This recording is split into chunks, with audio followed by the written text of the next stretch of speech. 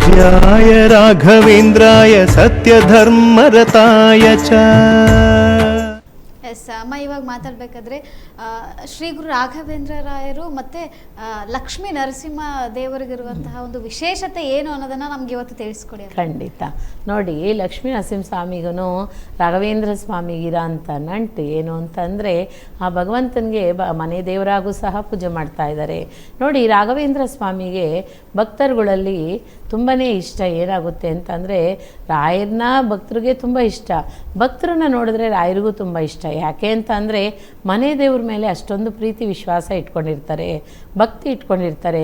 ವರ್ಷಕ್ಕೊಮ್ಮೆ ಆದರೂ ಹೋಗಿ ಅಲ್ಲಿ ಅನ್ನದಾನ ಮಾಡಿ ಭಗವಂತನಿಗೆ ಏನೆಲ್ಲ ಸೇವೆ ಇದೆಯೋ ಆ ಸೇವೆನೆಲ್ಲ ಮುಗಿಸ್ಕೊಂಡು ಬರ್ತಾರೆ. ಹಾಗಾಗಿ ರಾಘವೇಂದ್ರ ಸ್ವಾಮಿ ಹೇಳಿರೋದೇನು ಅಂತ ಅಂದರೆ, ಯಾರೇ ಆಗಿರಲಿ ಮನೆ ದೇವ್ರನ್ನ ಕುಲದೇವ್ರನ್ನ ಪೂಜಿಸಿ, ಕುಲದೇವರು ಪೂಜೆ ಮಾಡಿದ್ರೆ ಯಾವುದೊಂದು ಮಾಡಬೇಡಿ ಅಂತ ಹೇಳಿದ್ದಾರೆ.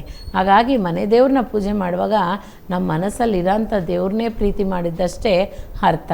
ಹಾಗಾಗಿ ಆ ಭಗವಂತನ ಪ್ರಾರ್ಥನೆ ಮಾಡೋದ್ರಿಂದ ನಮಗೇನು ಬೆನಿಫಿಟ್ ಅಂದರೆ, ನೋಡಿ, ರಾಘವೇಂದ್ರ ಸ್ವಾಮಿಗೆ ಲಕ್ಷ್ಮೀ ನರಸಿಂಹಸ್ವಾಮಿಗೆ ಲಕ್ಷ್ಮೀ ನರಸಿಂಹಸ್ವಾಮಿ ಹೇಗೆ ಅಂತಂದರೆ, ಕೃತಾಯುಗದಲ್ಲಿ ಹರಿನಾರಾಯಣನ ನಾಮಸ್ಮರಣೆ ಮಾಡ್ತಾ ಮಾಡ್ತಾ ಮಾಡ್ತಾ ಮಗು ಪ್ರಹ್ಲಾದ ತುಂಬಾ ಭಕ್ತ ಆಗ್ಬಿಟ್ರು.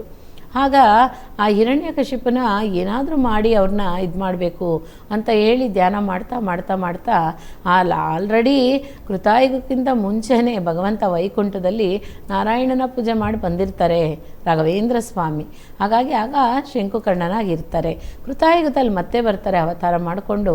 ಆಗ ಪ್ರಹ್ಲಾದನಾಗಿರೋಂಥ ಟೈಮಲ್ಲಿ ತಂದೆ ಆಕ್ರೋಶ ಸಾಲ್ದಿರ ಇರಲ್ಲ. ಏಕೆಂದರೆ ನಾನೇ ದೇವರು ಅನ್ನೋ ಅಹಂಕಾರ, 3 ಲೋಕದಲ್ಲೂ ನನ್ನ ಹೆಸರೇ ಕರಿಬೇಕು, ನನ್ನನ್ನೇ ಪೂಜಿಸಬೇಕು ಅಂತ ಇದ್ದನ್ನು ಆ ನರಕನ್ನ ಕೊಲ್ಲೋದಕ್ಕೋಸ್ಕರನೇ ಹರಿನಾರಾಯಣನ ಧರೆಗೆ ತಂದಂಥ ಮಹಾನುಭಾವ ಗುರು ರಾಘವೇಂದ್ರ ಸ್ವಾಮಿ. ನೋಡಿ, ಹರಿನಾರಾಯಣ ಅಂದರೆ ಯಾರು, ಶ್ರೀಹರಿ ಅಂದರೆ ಯಾರು ಅಂತ ಅಂದರೆ ನರಸಿಂಹಸ್ವಾಮಿ, ಲಕ್ಷ್ಮೀ ನರಸಿಂಹಸ್ವಾಮಿ. ಆ ಲಕ್ಷ್ಮೀದೇವಿ ಯಾಕೆ ಕೂತ್ಕೊಂಡು ತೊಡೆ ಮೇಲೆ, ಅದು ಸಹ ಹೇಳ್ತಾ ಹೋಗ್ತೀನಿ. ನೋಡಿ, ಆ ಭಗವಂತ ಹರಿನಾರಾಯಣನ ಧರೆಗೆ ತಂದಂಥ ಮಹಾನುಭಾವ ಗುರು ರಾಘವೇಂದ್ರರು. ನೋಡಿ, ಯಾರಿಗಾದ್ರೂ ಈ ಶಕ್ತಿ ಇದೆಯಾ? ಆ ಭಗವಂತ ಮಗುಗೋಸ್ಕರ ಅವತಾರನೇ ಮಾಡಿಬಿಟ್ಟಿದ್ದಾರೆ. ಯಾಕೆ ಅಂತಂದರೆ, ಅಷ್ಟು ಭಕ್ತಿ ಆ ಮಗುನಲ್ಲಿ ಇದ್ದಿದ್ದಂಥದ್ದು. ಆ ಮಗು ನೋಡ್ತಾ ನೋಡ್ತಾ ಭಕ್ತಿಲಿ ಮೈ ಮರ್ತೋದ್ರಂತೆ ನಾರಾಯಣ. ಅದಕ್ಕೋಸ್ಕರನೇ ಅವತಾರ ಮಾಡಿ ಆ ತಂದೆನೇ ಧ್ವಂಸ ಮಾಡಿದ್ದಾರೆ. ನೋಡಿ, ಆ ರಾಕ್ಷಸನ ಹತ್ರ ಆ ಮಗುನ ಕಾಪಾಡಬೇಕು ಅಂತ ಅವತಾರ ಮಾಡಿದಂಥ ಪುರುಷೋತ್ತಮ. ಅಷ್ಟಿದ್ಮೇಲೆ ಆ ರಾಘವೇಂದ್ರ ಸ್ವಾಮಿಗೆ ಎಷ್ಟು ಯುಗಗಳಲ್ಲೂ ಎಷ್ಟು ಅವತಾರ ಮಾಡಿ ಆ ಭಗವಂತನ ಸೇವೆ ಮಾಡ್ಕೊಂಡು ಬಂದಿದ್ದಾರೆ ಅಂತ ಅಂದರೆ, ಆ ಕೃತಾಯುಗದಲ್ಲಿ ಇದ್ದಂಥ ನರಸಿಂಹ ಸ್ವಾಮಿ ಮಗುನ ಕಾಪಾಡಿದ್ದಕ್ಕೆ ಆವಾಗಿಂದನೂ ಈ ದಿನವರೆಗೂ ವೈಕುಂಠದಲ್ಲಿ ಪೂಜೆ ಮಾಡಿದ್ರು ನಾರಾಯಣನ. ಕೃತಾಯುಗದಲ್ಲಿ ನರಸಿಂಹ ಅವತಾರದಲ್ಲಿ ಬಂದರು ನಾರಾಯಣ. ಅದೇ ರೀತಿ ಕೃತಾಯುಗ, ತ್ರೇತಾಯುಗ, ದ್ವಾಪರಯುಗ, ಕಲಿಯುಗ ಹೋಗ್ತಾನೇ ಇದೆ. ಕಲಿಯುಗದಲ್ಲಿ 2 ಅವತಾರ, ಅದು ವ್ಯಾಸರಾಯ ತೀರ್ಥರು, ರಾಘವೇಂದ್ರ ಸ್ವಾಮಿ. ಆ ಅವತಾರದಲ್ಲೂ ಸಹ ರಾಘವೇಂದ್ರ ಸ್ವಾಮಿಗೆ ನರಸಿಂಹ ಸ್ವಾಮಿನೇ ಮನೆ ದೇವರಾಗಿದ್ದಾರೆ, ಲಕ್ಷ್ಮೀ ನರಸಿಂಹಸ್ವಾಮಿ. ಕಾರಣ ಏನು ಅಂತಂದರೆ, ಲಕ್ಷ್ಮೀ ಸಮೇತ ನಾರಾಯಣನ ಪೂಜೆ ಮಾಡಿದ್ರೆ ಭಾರಿ ಒಳ್ಳೆಯದು ಅನ್ನೋಂಥದ್ದು ಸಹ ಇದೆ.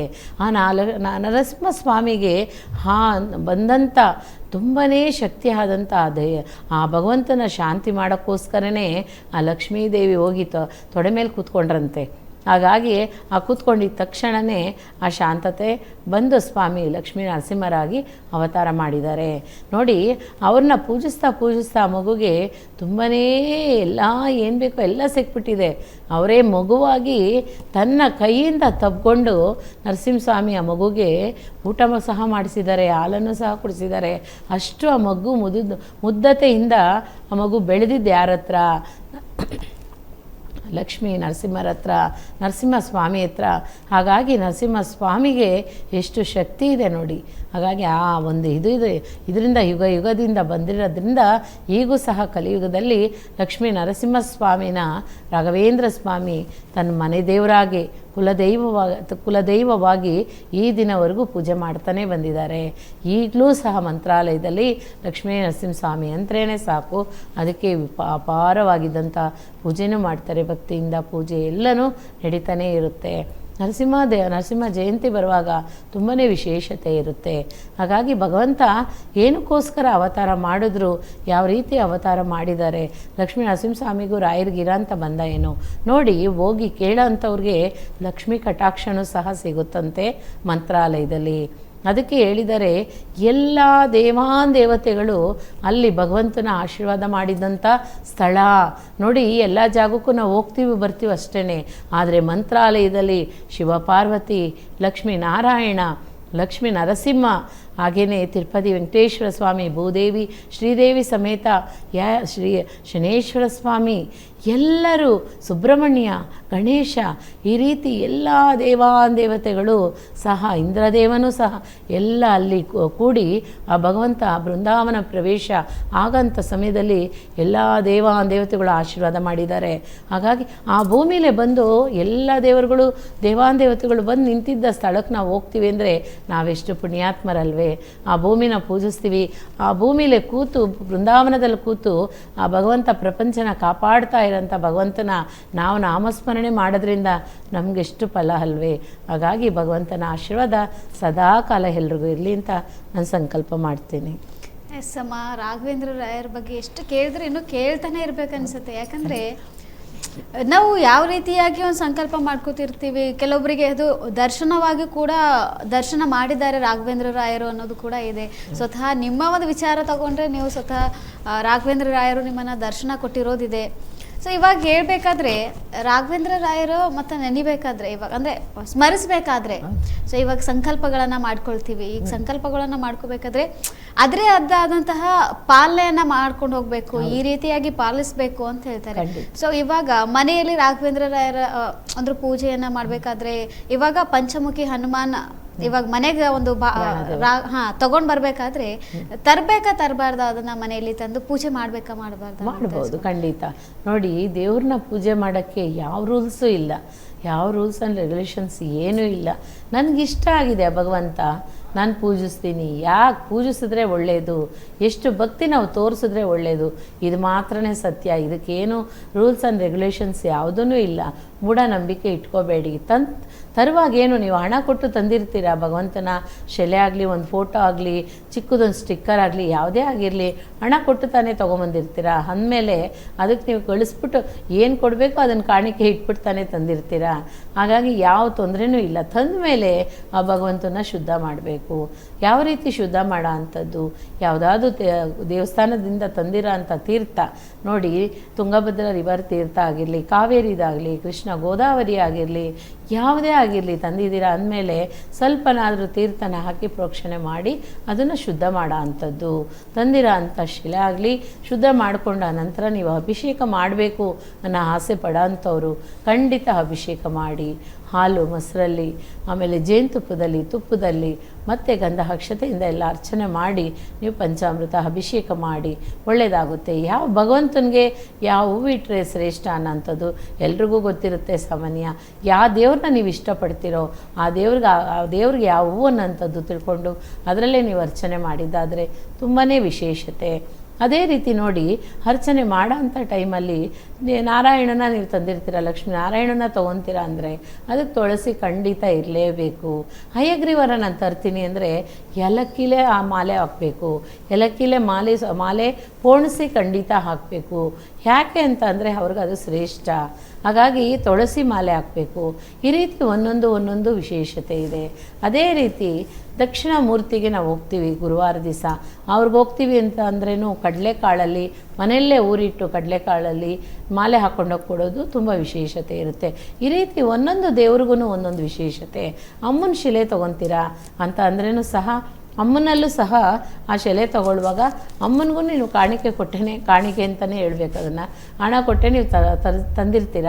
ಅದಕ್ಕೂ ಸಹ ದೇವಿಗೆ ಕುಂಕುಮದಿಂದ ಅರಿಶಿಣದಿಂದ ಎಲ್ಲ ಅಲಂಕಾರ ಮಾಡಿ, ಆ ತಾಯಿಗೆ ಅರಿಶಿಣದಿಂದ ಅಭಿಷೇಕ ಮಾಡಿ, ಅರಿಶಿಣ ಕುಂಕುಮ ಇಟ್ಟು ಅಲಂಕಾರ ಮಾಡಿ, ಆ ತಾಯಿಗೆ ಏನು ಇಷ್ಟ ಆಗುತ್ತೋ ನಿಮ್ಮ ಮನೇಲಿ ಏನಿದೆಯೋ ಅದು ನೈವೇದ್ಯ ಕೊಡಿ, ತುಂಬಾ ಹೊಲಿತಾಳೆ. ಹಾಗಾಗಿ ಯಾವುದು ಶಾಸ್ತ್ರ ಸಂಪ್ರದಾಯ ಆಗಿರಲಿ ಇದೇ ರೀತಿ ಮಾಡಬೇಕು ಅನ್ನೋದು ಪೂಜೆ ವಿಧಾನದಲ್ಲಿದೆ. ತರಬೇಕಾಗಿರೋ ಅಂಥ ವಿಧಾನದಲ್ಲೂ ಇದೆ. ಆದರೆ ಇದು ನಾವು ತಂದ ಮೇಲೆ ಈ ಥರ ಎಲ್ಲ ಇರಬೇಕಾ, ಈ ಥರ ಎಲ್ಲ ಇರಬೇಕಾ, ಒಂದೊಂದು ಮನೇಲಿ ಇರೋಕ್ಕೆ ಆಗೋದಿಲ್ಲ, ಏನೂ ಮಾಡೋಕ್ಕಾಗಲ್ಲ. ಆ ಥರ ತಗೊಳ್ಳೋದಕ್ಕೆ ಯಾವ ರೂಲ್ಸು ರೆಗ್ಯುಲೇಷನ್ಸ್ ಇಲ್ಲ. ಯಾರು ಯಾವ ದೇವ್ರನ್ನ ಬೇಕಾದ್ರೂ ತಂದು ಪೂಜಿಸ್ಬೋದು. ಭಕ್ತಿ ಮಾತ್ರವೇ ಅದಕ್ಕೆ ಬೇಕಾಗಿರೋದು. ಭಕ್ತಿಯಿಂದ ಪೂಜೆ ಮಾಡಿ, ನಿಷ್ಠೆಯಿಂದ ಪೂಜೆ ಮಾಡಿ, ಮನಸ್ಸನ್ನು ಅಲ್ಲಿ ಇಲ್ಲಿ ಇಟ್ಕೋಬೇಡಿ. ಒಳ್ಳೆಯದಾಗಲಿ. ಖಂಡಿತ ಆಶ್ಲೇಷನಿಂದ ನಾವೇನನ್ನು ಮಾಡಬಾರ್ದು. ಒಂದು ನೆಗೆಟಿವ್ಸ್ ನಮ್ಮ ಮನಸ್ಸಲ್ಲಿ ಬಂದುಬಿಡ್ತು ಅಂದರೆ ಅದು ಪಾಸಿಟಿವ್ ಆಗೋದಕ್ಕೆ ಭಾರಿ ಕಷ್ಟ. ಆ ಭಗವಂತನಲ್ಲಿ ಪ್ರೀತಿಯಿಂದ ಇರಿ, ಖಂಡಿತ ಒಳ್ಳೆಯದಾಗಲಿ. ಎಸ್ ಅಮ್ಮ, ಇವಾಗ ಮಾತಾಡಬೇಕಾದ್ರೆ ಶನಿದೇವರ, ಇವತ್ತು ಶನಿವಾರವಾಗಿದ್ದರಿಂದ ಶನಿದೇವರ ಕಾಟದಿಂದ ಯಾವ ರೀತಿಯಾಗಿ ತಪ್ಪಿಸ್ಕೊಳ್ಬೇಕು, ಯಾವ ರೀತಿಯಾಗಿ ಶನಿ ಮಹಾತ್ಮನನ್ನ ಸ್ಮರಿಸಬೇಕು ಅನ್ನೋದು ಇದೆ ಮಾಡಬೇಕು ಅನ್ನೋದು ನೀವು ಹೇಳ್ಕೊಡ್ಬೇಕು. ಇನ್ನೊಂದಾದರೆ ಶ್ರೀ ಗುರು ರಾಘವೇಂದ್ರ ರಾಯರನ್ನ ಸ್ಮರಿಸೋದ್ರಿಂದ ಶನಿದೇವರ ಕಾಟ ನಮಗೆ ಬರೋದಿಲ್ಲ. ಹೌದು ಅಂತ ನಿಜನೇ ಇರೋದಿಲ್ಲ. ಸೊ ಇದ್ರ ಬಗ್ಗೆ ಏನು ಹೇಳ್ತೀರಾ ಅಮ್ಮ? ಹೇಳಿದ್ನಲ್ಲ, ಏನು ಅಂತಂದರೆ ಆ ಶನೇಶ್ವರ ಸ್ವಾಮಿಗೂ ಕೂಡ ಆ ಭಗವಂತನಲ್ಲಿ ಒಂದು ಇದಿದೆ. ಏನು ಅಂತಂದರೆ ಗುರು ಅನುಗ್ರಹ ಇರೋ ಅಂಥವ್ರು, ಗುರು ಆಶೀರ್ವಾದ ಇರೋ ಅಂಥವ್ರು, ಗುರುನ ಪೂಜಿಸೋರು ಯಾವಾಗ್ಲೂ ಯಾವ ಕಾರಣಕ್ಕೂ ಸರಿ, ಯಾವ ದೇವರಿಂದನೂ ಕಷ್ಟ ಯಾರಿಗೂ ಬರಲ್ಲ. ಮುಖ್ಯವಾಗಿ ಶನಿ ಕಾಟ ಖಂಡಿತ ಬರಲ್ಲ. ಆ ಶನಿಮಹಾತ್ಮ ಕಾಟದಿಂದ ಖಂಡಿತ ನಾವು ದೂರ ಇರ್ಬೋದು. ಯಾಕೆ ಅಂತಂದರೆ ಗುರು ಇರೋಂಥ ಸ್ಥಾನದಲ್ಲಿ, ಅದು ಜಗದ್ಗುರು ಶ್ರೀ ರಾಘವೇಂದ್ರ ಸ್ವಾಮಿ ಸ್ಥಾನದಲ್ಲಿ ಇರೋಂಥ ಸ್ಥಾನದಲ್ಲಿ ಯಾವ ಕಾಟನೂ ಇರೋದಿಲ್ಲ.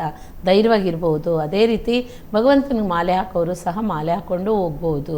ಯಾಕೆ ಅಂತಂದರೆ ಆ ಮಾಲೆ ಹಾಕೋಂಥ ಸಮಯದಲ್ಲೂ ಮನಸ್ಸೆಲ್ಲ ಒಂಥರ ರಿಲ್ಯಾಕ್ಸೇಷನ್ ಸಿಗುತ್ತೆ. ಅದೇ ರೀತಿ ನಮಗೇನು ದೇಹದಲ್ಲಿ ಬಾಧೆಗಳಿದೆಯೋ ಎಲ್ಲ ಸಹ ಸರಿಯಾಗುತ್ತೆ.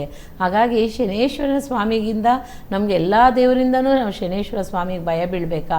ಆ ಕಾರಣನೇ ಇಲ್ಲ, ಭಯನೇ ಇಲ್ಲ. ಹಾಗಾಗಿ ನಾವು ಕರೆಕ್ಟಾಗಿದ್ದೀವಿ, ನಾವು ಸತ್ಯ ಧರ್ಮದಿಂದ ಇದ್ದೀವಿ, ದಾನ ಧರ್ಮ ಮಾಡ್ತಾ ಇದ್ದೀವಿ, ನನ್ನ ತಾಯಿ ತಂದೆನ ಚೆನ್ನಾಗಿ ನೋಡ್ಕೊತಾ ಇದ್ದೀನಿ, ನನ್ನ ತಾಯಿ ತಂದೆ ಕೊಡಬೇಕಾಗಿದ್ದಂಥ ಮರ್ಯಾದೆ ನಾನು ಕೊಡ್ತಾ ಇದ್ದೀನಿ ಅಂತ ಅನ್ನೋರು ಯಾವ ಭಯನೂ ಬೇಕಾಗಿಲ್ಲ. ಅದರಲ್ಲೂ ನೋಡಿ, ಭಯ ಪಡೋ ಅಂಥವ್ರು ಯಾರು ಅಂದರೆ ಮಾಡಬಾರ್ದನ್ನು ಮಾಡ್ತಾ ಇರೋರು.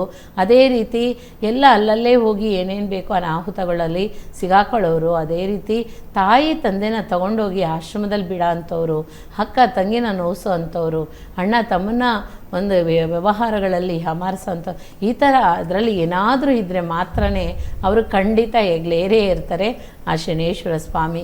ಈಗ ಸಮಯಕ್ಕೆ ಎಲ್ಲರೂ ಚೆನ್ನಾಗಿರ್ಬೋದು, ಹೋಗ್ತಾ ಹೋಗ್ತಾ ಒಂದೊಂದು ಕಳ್ಕೊಂಬಿಡ್ತಾರೆ. ಹಾಗಾಗಿ ಆ ಪರಮಾತ್ಮ ನೋಡಿ, ಶನೇಶ್ವರ ಸ್ವಾಮಿ ಕೊಟ್ಟಂಥ ಎಂಥದ್ದೇ ಆಗಿರಲಿ, ಒಂದು ಎಂಥ ಆಸ್ತಿ ಅಂತಸ್ತಾಗಿರಲಿ, ಯಾವ ಭಗವಂತನೂ ವಾಪಸ್ ತಗೊಳ್ಳಲ್ವಂತೆ, ಕಿತ್ಕೊಳ್ಳಲ್ವಂತೆ. ಕಾರಣ ಯಾಕೆ ಅಂತಂದರೆ ಅವರೇ ಅವ್ರ ಜಜ್ಮೆಂಟ್, ಅವರೇ ಒಂದು ನೀಧಿಪತಿ. ಹಾಗಾಗಿ ಆ ಸತ್ಯ ಧರ್ಮಕ್ಕೋಸ್ಕರನೇ ಅವ್ರನ್ನ ನೆಲೆನೆಟ್ಟಿದ್ದಾರೆ. ಹಾಗಾಗಿ ಎಲ್ಲ ದೇವರು ಕೊಟ್ಟಂಥದ್ದನ್ನು ಶನೇಶ್ವರ ಸ್ವಾಮಿ ಕಿತ್ಕೊತಾರಂತೆ. ಅದಕ್ಕೆ ಹೇಳೋದು ಜಾಗ್ರತೆಯಾಗಿರ್ಬೇಕು ಅವ್ರ ಹತ್ರ ಅಂತ ಹೇಳಿ. ಅದರಲ್ಲೂ ನಮ್ಮ ರಾಘವೇಂದ್ರ ಸ್ವಾಮಿ ಹತ್ರ ಶನೇಶ್ವರ ಸ್ವಾಮಿ, ರಾಘವೇಂದ್ರ ಸ್ವಾಮಿ ಭಕ್ತರುಗಳಿಗೆ ಯಾವ ಕಾಟನೂ ಕೊಡಲ್ಲ, ಎಂಥದ್ದು ಇಲ್ಲ. ಯಾಕೆಂದರೆ ಅವ್ರ ಮಂತ್ರದಲ್ಲೇ ಬಂದುಬಿಟ್ಟಿದೆ ಸತ್ಯ ಧರ್ಮ ಅಂತ. ಹಾಗಾಗಿ ಆಚರಣೆಯಿಂದ ಇರೋರಿಗೆ ಒಳ್ಳೆಯದಾಗುತ್ತೆ, ಭಯ ಬೇಕಾಗಿಲ್ಲ. ಎಸ್ ಅಮ್ಮ, ಇವ ಹೇಳಬೇಕಾದ್ರೆ ಪ್ರತಿ ಶನಿವಾರ ನೋಡಬೇಕಾದ್ರೆ ಎಲ್ಲರೂ ಆಂಜನೇಯನ ದೇವಸ್ಥಾನಕ್ಕೆ ಹೋಗೋದು. ಸೊ ಕೆಲವೊಬ್ರು ಶನಿವಾರ ಅಂದ ತಕ್ಷಣ ಆಂಜನೇಯ ದೇವರ ವಾರ ಅನ್ಕೊಂಡಿದ್ದಾರೆ, ಬಟ್ ಅದು ಅಲ್ಲ, ಮಂಗಳವಾರ ಆಂಜನೇಯ ಸ್ವಾಮಿಯ ಒಂದು ವಾರವಾಗಿರೋದು, ವಿಶೇಷತೆ ಇರೋದು.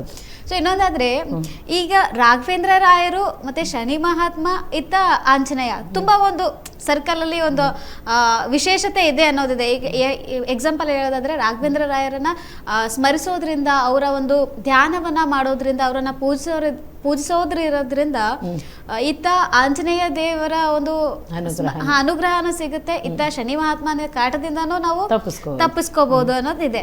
ಸೊ ಇವಾಗ ಪ್ರತಿ ಶನಿವಾರ ಏನ್ ಮಾಡ್ತಾರೆ, ಆಂಜನೇಯ ದೇವಸ್ಥಾನಕ್ಕೆ ಹೋಗ್ತಾರೆ, ಬರೀ ಆಂಜನೇಯ ದೇವರ ಒಂದು ಸ್ಮರಣೆಯನ್ನ ಮಾಡ್ತಾರೆ. ಸೊ ನಾವು ಶನಿ ಮಹಾತ್ಮನ ಒಂದು ಸ್ಮರಣೆ ಅಂದ್ರೆ ಕಾಟದಿಂದ ತಪ್ಪಿಸ್ಕೊಳ್ಳಿಕ್ಕೆ ಶನಿ ಮಹಾತ್ಮನ ಪೂಜೆ ಮಾಡ್ಬೇಕು ಅನ್ನೋದಿದೆ. ಸೊ ಶನಿ ಮಹಾತ್ಮನ ಪೂಜೆ ಮಾಡ್ಬೇಕಾ ಅಥವಾ ಆಂಜನೇಯ ದೇವರನ್ನ ಪೂಜೆ ಮಾಡ್ಬೇಕಾ ಇವತ್ತಿನ ದಿನ ಅನ್ನೋದನ್ನ ತಿಳಿಸ್ಕೊಡಿ. ಯಾಕಂದ್ರೆ ಕನ್ಫ್ಯೂಸ್ ಇರುತ್ತೆ ಈ ವಿಚಾರದಲ್ಲಿ. ಹೌದು, ಖಂಡಿತ. ನೋಡಿ,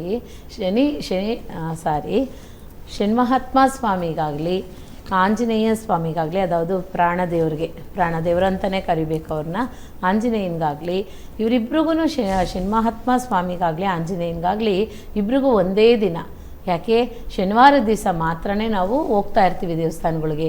ಯಾಕೆ ಅಂತಂದರೆ ಶನಿವಾರ ದಿವಸ ಯಾಕೆ ಆಂಜನೇಯನಿಗೆ ಹೋಗಬೇಕು? ಮಂಗಳವಾರನೂ ವಿಶೇಷನೇ. ಯಾಕೆ ಅಂತ ಅಂದರೆ ನೋಡಿ, ನಾಮಕಲ್ಲಲ್ಲಿ ತಮಿಳ್ನಾಡು ನಾಮಕಲ್ಲು ಅಂತ ಇದೆ, ನಮ್ಮ ಕರ್ನಾಟಕದಲ್ಲಿ ಬೇಕಾದಷ್ಟಿದೆ, ಇಲ್ಲ ಅಂತಲ್ಲ. ಅದರಲ್ಲೂ ನಾಮಕಲ್ಲಲ್ಲಿ ಇದೆ. ಒಂದು ದಿವಸ ನಾನು ಸ್ಟೋರಿ ಸಹ ಹೇಳಿದ್ದೀನಿ ನಿಮಗೆ. ಅಲ್ಲಿ ನಾಮಕಲ್ಲು ಆಗಿದ್ದು ಯಾವ ರೀತಿ ಅನ್ನೋದು ಸಹ ನಿಮ್ಮ ಮುಂದೆ ನಾನು ಇಟ್ಟಿದ್ದೀನಿ. ಆದರೆ ಇವತ್ತು ಸಹ ನಾನು ಅದನ್ನೇ ಹೇಳ್ತೀನಿ. ಯಾಕೆ ಅಂದರೆ ನಾಮಕಲ್ಲಲ್ಲಿ ಒಂದೇ ಕಲ್ಲಲ್ಲಿ ಆಗಿದ್ದಂಥ ಆ ಬೆಟ್ಟ ನಾಮಕಲ್ಲು ಅಂತ ಕರೀತಾರೆ. ಆ ತಾಯಿ ಕೈಯಲ್ಲಿ, ಅನುಸೂಯ ಕೈಯಲ್ಲಿ ಬಂದು ಅಂಜಲೀದೇವಿ, ಆಂಜನೇಯನ ತಾಯಿಯಾದ ಅಂಜಲೀದೇವಿ ಕೈಲಿ ಕೊಟ್ಟಂಥ ಮಗು ತಂದು ಕೊಟ್ಟಂಥ ಕಲ್ಲು ನಾಮ ಹೇಳ್ತಾ ಅದು ನಾಮಕಲ್ಲಾಯಿತು ಅಂತ ಹೇಳ್ತಾರೆ. ಆ ತಾಯಿ ನಾಮಸ್ಮರಣೆಯಿಂದ ಅದು ಕಲ್ಲಾಗೋಯ್ತು ಅಂತಾರೆ. ಅದಕ್ಕೆ ನಾಮಗಿರಿ ಅಂತಲೂ ಸಹ ಹೇಳ್ತಾರೆ ಆ ಬೆಟ್ಟಕ್ಕೆ. ಹಾಗಾಗಿ ನಾಮಕಲ್, ತನ್ನ ನಾಮದಿಂದ ಹೇಳಿದಂಥ ಆ ಕಲ್ಲು ನಾಮಕಲ್ಲಾಗಿದೆ ಅಂತ ಅರ್ಥ. ಹಾಗಾಗಿ ಅಲ್ಲಿ ಹೋಗೋದ್ರಿಂದ ಏನು ಅಂದರೆ, ಮಂಗಳವಾರ ಏನಕ್ಕೋಸ್ಕರ ಆಂಜನೇಯನ ಪ್ರಾರ್ಥನೆ ಮಾಡಬೇಕು ಅಂತ ಅಂದರೆ ನೋಡಿ, ಮಂಗಳ ಗ್ರಹದಿಂದ ಒಬ್ಬೊಬ್ಬರಿಗೆ ಸ್ವಲ್ಪ ಮದುವೆ ಆಗೋದೇ ಲೇಟ್ ಆಗಿಬಿಡುತ್ತೆ, ಒಳ್ಳೇದಾಗ್ತಾ ಇರೋದಿಲ್ಲ. ಹಾಗಾಗಿ ಒಬ್ಬೊಬ್ರಿಗೆ ಒಳ್ಳೇದಾಗ್ಬಿಟ್ಟಿರುತ್ತೆ. ಇಬ್ಬರಲ್ಲೂ ಎರಡು ವಿಷಯಕ್ಕೂ ಮಂಗಳವಾರ ದಿವಸ ಆಂಜನೇಯನ ದೇವಸ್ಥಾನಕ್ಕೆ ಖಂಡಿತ ಹೋಗಲೇಬೇಕು. ಆ ಭಗವಂತನಿಗೆ ಎಲೆಯಲ್ಲಿ, ವಿಳೆದೆಲೆಯಲ್ಲಿ ಮಾಲೆ ಮಾಡಿ ಕೊಡೋಂಥದ್ದು ತುಂಬ ವಿಶೇಷತೆ. ಶನಿವಾರ ಹೋಗೋದ್ರಿಂದ ಏನು ಅಂತ ಅಂದರೆ, ಶನಿವಾರ ಶನೇಶ್ವರ ಸ್ವಾಮಿಯಿಂದ ಕಾಟದಲ್ಲಿ ಕಷ್ಟ ಅನುಭವಿಸ್ತಾ ಇರೋರಿಗೋಸ್ಕರನೇ ಆ ಶನಿವಾರ ಆಂಜನೇಯನ ಪೂಜೆ ನಡೆಯುತ್ತೆ. ಹಾಗಾಗಿ ಏನಕ್ಕೋಸ್ಕರ ಶನಿವಾರ ದಿವಸ ಆಂಜನೇಯನ ದೇವಸ್ಥಾನಕ್ಕೆ ಹೋಗಿ ಆ ಶನೇಶ್ವರ ಸ್ವಾಮಿ ಕಾಟನ ತಪ್ಪಿಸ್ಕೋಬೇಕು ಅಂತ ಅಂದರೆ, ತುಳಸಿ ಕೊಡಬೇಕು. ತುಳಸಿ ಕೊಟ್ಟು ಭಗವಂತನ ಹತ್ರ ಒಂದು ಸಂಕಲ್ಪ ಮಾಡ್ಕೋಬೇಕು, ಖಂಡಿತ ಅರ್ಚನೆ ಮಾಡಬೇಕು, 3 ಪ್ರದಕ್ಷಿಣೆ ಖಂಡಿತ ಹಾಕಬೇಕು. ನೋಡಿ, ಯಾಕೆ 3 ಪ್ರದಕ್ಷಿಣೆ ಹಾಕಲೇಬೇಕು ಅಂದರೆ, ಆ ಭಗವಂತ ಯಾವಾಗಲೂ ನೋಡಿ, ಯಾವುದೇ ಒಂದನ್ನು ಮಾಡಲಿ, ಮಧ್ವಾಚಾರ್ಯರು, ಭೀಮ, ಮಧ್ವಾಚಾರ್ಯರು, ಆಂಜನೇಯ, ಅವ್ರಿಗೆ ನೋಡಿ 3 ಪ್ರದಕ್ಷಿಣೆ ಹಾಕೋದಕ್ಕೆ ಕಾರಣ ಏನು ಅಂದರೆ, ಫಸ್ಟು ಭೀಮನಾಗಿದ್ದರು, ಅವರೇ ಮಧ್ವಾಚಾರ್ಯರಾಗಿ ಬರ್ತಾರೆ ಅನ್ನೋಂಥದ್ದಿದೆ. ಅವರೇ ನೆಕ್ಸ್ಟು ಭೀಮ, ಆಂಜನೇಯರು, ಆಮೇಲೆ ಮಧ್ವಾಚಾರ್ಯರಾಗಿ ಬರ್ತಾರೆ. ಯಾಕೆಂದರೆ ಮಾಧ್ವ ಮತದಿಂದ ಅವರು ಬರ್ತಾ ಇರೋ ಅಂಥದ್ದು. ಹಾಗಾಗಿ 3 ಪ್ರದಕ್ಷಿಣೆಗೆ ಆ 3 ಗುರುಗಳನ್ನು ಪ್ರಾರ್ಥನೆ ಮಾಡಿದ್ದಷ್ಟೇ ಬಲ. ಭೀಮ ಅಂದರೆ ಯಾರು? ನಮಗೆ ಭೀಮ ಅಂತ ಶಕ್ತಿ, ಧೈರ್ಯ, ಆ ಥರ ಎಲ್ಲ ಬೇಕು ಅನ್ನೋದಕ್ಕೋಸ್ಕರನೇ 1 ಪ್ರದಕ್ಷಿಣೆ. 2ನೇದು ಯಾರು ಅಂದರೆ ಪ್ರಾಣದೇವರು ಆಂಜನೇಯ. ನಮ್ಮ ದೇಹದಲ್ಲಿರೋ ಶ್ವಾಸ ಯಾವಾಗಲೂ ಯಾವ ತೊಂದರೆನೂ ಬರಬಾರ್ದು ಅನ್ನೋಂಥದ್ದು, ಶ್ವಾಸಕ್ಕೆ ನಮ್ಗೆ ಯಾವ ಕಾರಣಕ್ಕೂ ಉಸಿರಿಗೆ ಏನು ಭಯನೂ ಬರಬಾರ್ದು ಅನ್ನೋಂಥದ್ದು ಪ್ರದಕ್ಷಿಣೆ. 3ನೇದು ಮಧ್ವಾಚಾರ್ಯರು. ಮಧ್ವ ಅಂತ ಅಂದರೆ, ಮಧ್ವಾಚಾರ್ಯ ಅಂತ ಅಂದ್ರೇ ಅವರು ಜಗದ್ಗುರು, ತುಂಬಾ ವಿಶೇಷತೆ ಅವರಲ್ಲಿ. ಅದೇ ರೀತಿ ತುಂಬ ಗ್ರಂಥಗಳಿದೆ ಅವ್ರ ಬಗ್ಗೆ ತಿಳ್ಕೊಬೇಕು ಅಂದರೆ ಖಂಡಿತ ಟೈಮೆಲ್ಲ ಸಾಲಲ್ಲ. ಆ ರೀತಿ ಅವ್ರು 3ಗೋಸ್ಕರನೂ 3 ಪ್ರದಕ್ಷಿಣೆ ಹಾಕಿ ಭಗವಂತನ ಹತ್ರ ಪ್ರಾರ್ಥನೆ ಮಾಡಿದ್ರೆ ನಮಗೇನು ಬೇಕೋ ಅದು ಸಿಗುತ್ತೆ ಅಂತ ಹೇಳ್ತಾರೆ ನೋಡಿ. ಹಾಗಾಗಿ ಒಂದೊಂದು ವಿಷಯಕ್ಕೂ ಆ ಭಗವಂತ ಲಿಂಕ್ ಇಟ್ಟಿದ್ದಾರೆ. ಶನಿವಾರನೇ ಏನಕ್ಕೆ ನಾವು ಆಂಜನೇಯನ ಪ್ರಾರ್ಥನೆ ಮಾಡಲೇಬೇಕು ಅಂದರೆ, ಶನೇಶ್ವರ ಸ್ವಾಮಿ ಕಾಟದಿಂದ ತಪ್ಪಿಸ್ಕೋಬೇಕು ಅನ್ನೋದು ಒಂದು. ಮತ್ತು ಅವ್ರಿಗೆ ವಿಶೇಷ ದಿನ ಸಹ ಆಂಜನೇಯರಿಗೆ ಶನಿವಾರ. ಅದೇ ರೀತಿ ಶನೇಶ್ವರರಿಗೂ ಶನಿವಾರನೇ ವಿಶೇಷ. ಲಕ್ಷ್ಮೀ ನರಸಿಂಹಸ್ವಾಮಿಗೂ ಶನೇಶ್ವರ ಸ್ವಾಮಿಗೂ ಶನಿವಾರನೇ. ಈ ಥರ ಎಲ್ಲ ದೇವತೆಗಳಿಗೂ ಆಲ್ಮೋಸ್ಟ್ ಶನಿವಾರ ದಿವಸ ಹೋಗಿ ಪ್ರಾರ್ಥನೆ ಮಾಡಿದ್ರೆ ಖಂಡಿತ ಎಲ್ಲ ನಮ್ಮ ಕಾಟದಿಂದನೂ, ಎಲ್ಲ ದೋಷದಿಂದನೂ ಹೊರಗಡೆ ಬರೋ ಅಂಥದ್ದು ಇದೆ. ಹಾಗಾಗಿ ಆ ಶನೇಶ್ವರ ಸ್ವಾಮಿ ಶಾಂತ ಆಗಬೇಕು ಅಂದರೆ ಶನಿವಾರ ದಿವಸ ಆಂಜನೇಯ ದೇವಸ್ಥಾನಕ್ಕೆ ಹೋಗೋದು ಭಾರಿ ಒಳ್ಳೆಯದು. ಎಸ್ ಅಮ್ಮ, ಧನ್ಯವಾದಗಳು ಈ ವಿಷಯದ ಬಗ್ಗೆ ತಿಳಿಸ್ಕೊಟ್ರಿ. ಪೂಜ್ಯಾಯ ರಾಘವೇಂದ್ರಾಯ ಸತ್ಯಧರ್ಮರತಾಯ ಚ